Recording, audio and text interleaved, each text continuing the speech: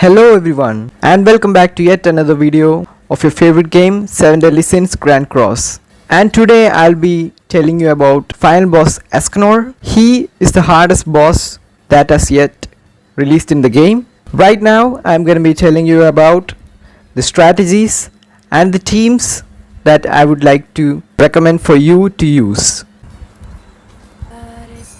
Before telling anything about the strategy that I've been using, I would like to show you two characters that are the core for this play that we are going to do against final boss Escanor, and that is Red Merlin and Red Gotha.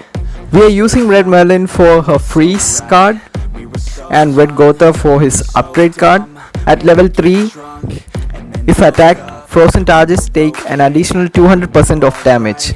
This is one of the benefits of this freeze card, and the another one is it removes buffs, because Escanor gives himself buff every turn, both in the first and second phases. And if you were to tell about the Red Gotha, then he can also be used for attack ceiling, because most of the turns he will be having a debuff card along with the attack card. The reason why Escanor is the hardest boss yet to come in 7 Deadly Sins Grand Cross is because of his passives.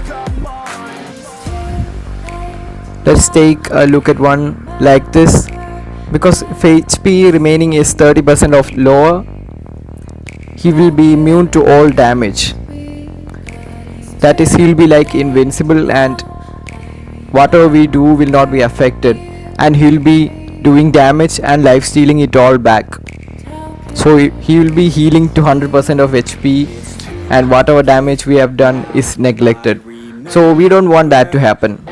I was initially planning to use Red Slater along with the Red Small Diane, so we can control whatever he is doing. But that is not the case here, because if we are doing that, this passive kicks in and he will be having full ultimate gauge. And due to this green Escanor passive, he is able to remove this debuff and will be able to use the buff and debuff card. That is not a very good thing to happen, and he will wipe out someone in your team. We don't want that to happen, for getting points at least.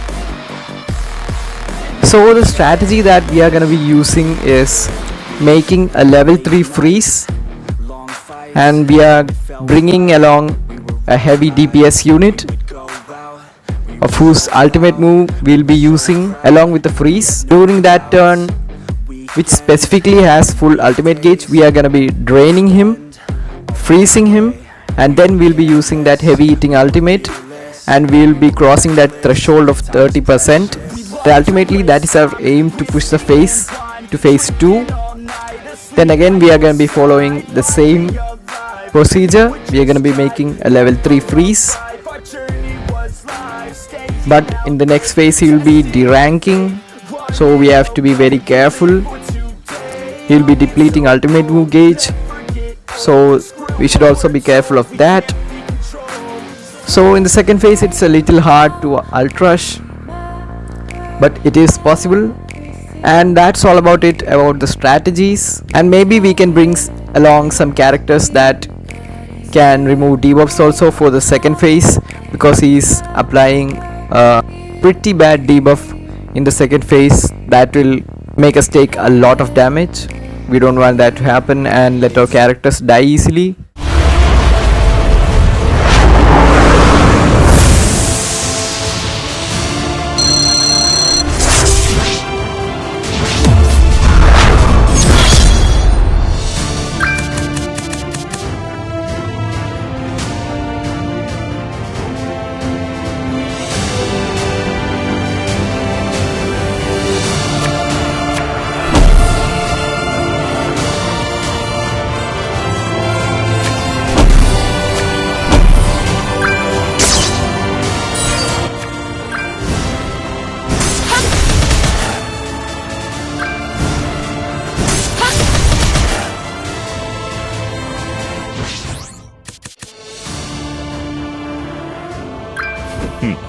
決めるのは我だ。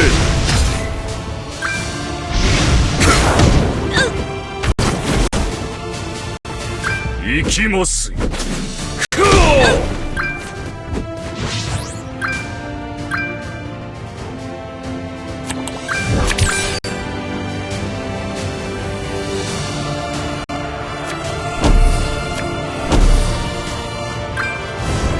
いよ。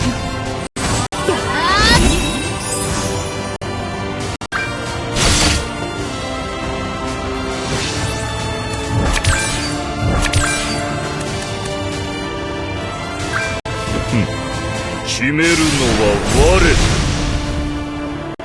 クルーエルソン行きます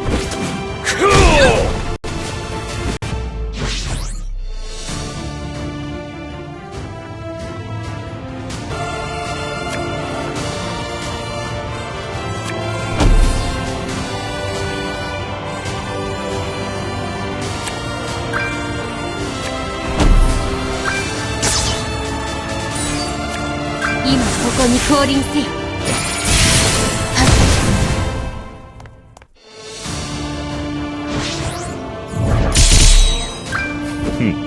決めるのは我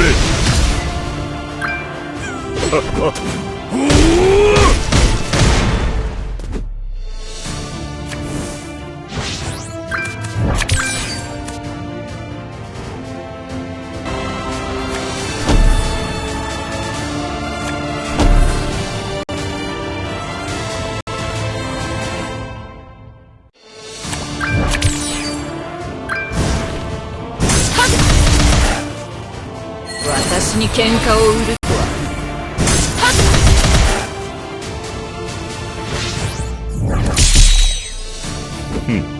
決めるのは我クルーエルソン行きます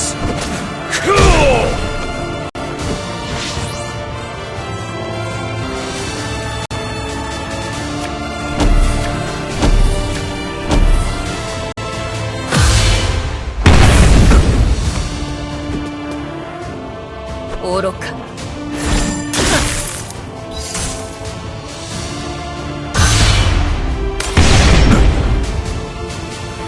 We can see that the most used characters are Goddess Elizabeth, Melascula and Green Demon Meliodas along with Jude in the back, so it's kind of a reflect team with 2 revives, prevents ultimate move gauge from filling up. It's pretty cheeky team, but I'm not gonna be suggesting that kind of teams. So just like before, we are gonna be using Red Merlin, Red Gotha along with a DPS and a support.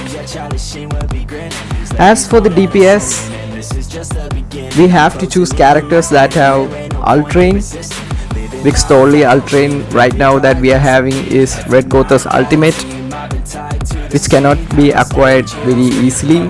I mean the first 2 turns if you are lucky, but then again the next turn Escanor is again gonna be getting his ultimate, so we need a single target drain or an AoE drain, but it should be accessible every turn. So some of the characters that I would like to use is Red SR Barn because of his single target drain, and also his second card is kind of a stance which when his health is depleted his HP is healed back, and he also has a pretty good ultimate move which has the charge property. When the freeze and this ultimate move is used together, it provides a huge impact which allows us to push phases. And yet another character that I would like to use is Red Helbram. He has dual use. He can be used for ult draining and also petrification. Petrification in turns help to remove buffs, but the thing is that in phase 1 we have to remember to attack afterwards, otherwise he's gonna get, Escanor is gonna get full ultimate move gauge and he's gonna kill one of your units. And also he's having a pretty decent ultimate which cancels buffs and chances, but we don't need to use that because we are gonna be using a level 3 freeze. Yet another unit that I would like to suggest is Damiel, because he has a single target drain and also a card which has a stance which decreases damage taken, so that's pretty handy. And he has a big heal, not like a healing card but as a passive heal. And that's it for the characters that we are going to be using with Red Gotha. Another variant that we can try is we can replace this Red Gotha with Lilia. She's a pretty decent character. She has Ultrain and also a heal which can come in handy. So some other characters that I would like to mention is, if we are using Blue Lilia, we can use Blue Slater and Blue SR Arthur. One thing I would like to tell you about Blue SR Arthur is he has a detonate card. It is pretty OP because Escanor is having a lot of ultimate move gauge, so we can easily rack up a lot of damage with his detonate card. And his ultimate is also pretty good, so we can use either Merlin's ult or his ult for pushing the face. And also yet another unit that we can use is Blue King, the Skinny King, because he has a heal and also petrification which can be used alongside with the Red Merlin's freeze. And the only thing we have to remember is that we have to attack afterwards in the first turn. In the second turn it's not a problem because Escanor removes debuffs on his turn, so it's not going to be a problem. Some of the support characters that we can use in the 4th slot are Red Tavern Elizabeth. Let's quickly take her, but we are using her mostly because of her passive and a heal for 10% of max HP at start of the next turn. That will come in pretty handy because Escanor is gonna be taking bunch of HP from our units.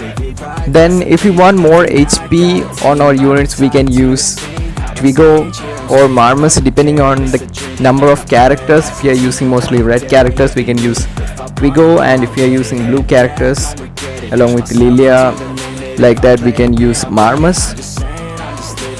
And again, if you are using a full red team, we can use, I guess, Red Jericho because her passive is, I guess, 10% attack. Some of the notable characters that I would like to show you is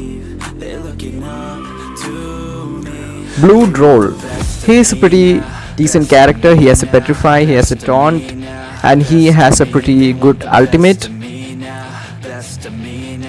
But we have to use him with the full Giants team, that is with the Blue, Diane and the Metrona. Along with their passive, they are gonna be very tanky, but we won't be able to take advantage of Red Merlin's freeze. That's the only problem there. Some other characters are Goddess Elizabeth, then the green version of Elizabeth which has a heal and buff removal at level 1, which is pretty good. And if you have been summoning on the recent banners, or if you have the characters, we can use Sariel for high DPS and send him in a full Archangel team. Sariel, Ludociel, Damiel and Goddess Elizabeth. And then also we can use Derriere because she is a nuker, but the only thing is Escanor is having a buff against demons, so if she takes a massive hit she'll be dead, so we have to save her with Goddess Elizabeth. These are all the things that I want to tell you. If you find this video informative, don't forget to leave a like, and if you want future content like this, don't forget to subscribe.